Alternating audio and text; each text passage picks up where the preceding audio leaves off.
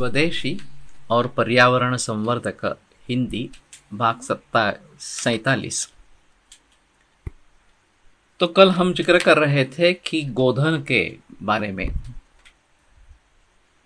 कि ये गाय एक धन है। अभी हम समझते हैं कि पैसा ये धन है इस प्रकार से, और उसमें संदेह नहीं है, पैसा धन है।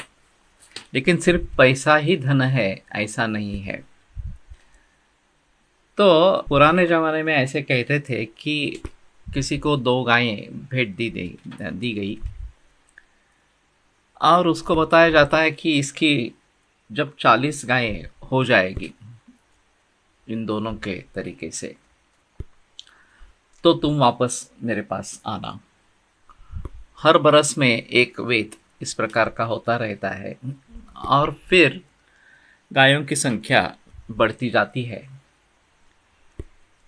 तो ये इस प्रकार का एक धन है जो अपने आप वृद्धिंगत होता रहता है अगर हम निसर्ग से उसका व्यवहार करेंगे।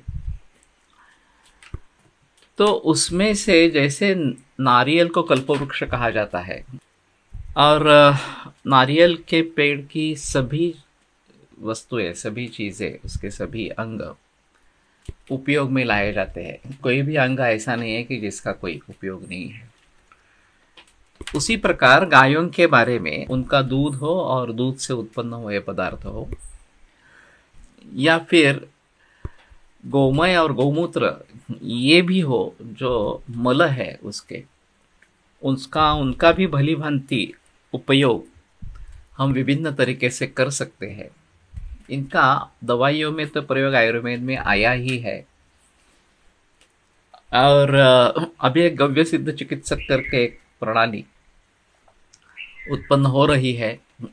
इनको रोग विज्ञान के बारे में, उसकी चिकित्सा के बारे में कितना ज्ञान होगा ये बताना मुश्किल है, और उससे समाज का फायदा होगा या नुकसान होगा ये भी बताना मुश्किल है।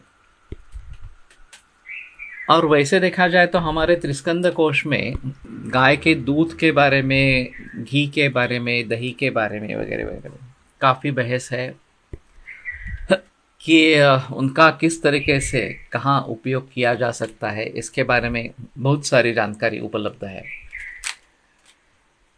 तो उनके आधार पर चिकित्सा हो सकती है, लेकिन ये हमारी चिकित्सा का एक हिस्सा है, छोटा हिस्सा है, ऐसा खूब बड़ा हिस्सा है ऐसा नहीं है।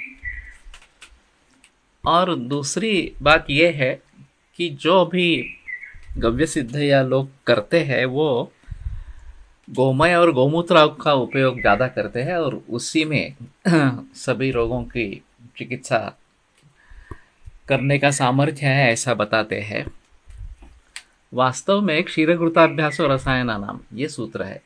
दूध और घी का अभ्यास रसायन करने में सबसे श्रेष्ठ है। तो अच्छे धातु बने, श्रेष्ठ इस प्रकार के धातु बने, इसके लिए रसायन औषधियों का प्रयोग होता है और देसी गाय का दूध और देसी गाय का घी इसमें सबसे अहम है।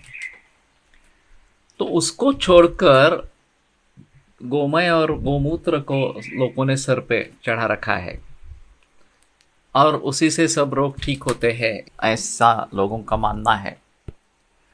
तो एक गलतफहमी है। ऐसा नहीं है कि गोमय और गोमूत्र का उपयोग नहीं है, वो तो है, निस्संशय है। लेकिन उससे ज़्यादा बेहतर गो दूध और गोघृत है जिनका भली भांति उपयोग हमें कर लेना चाहिए।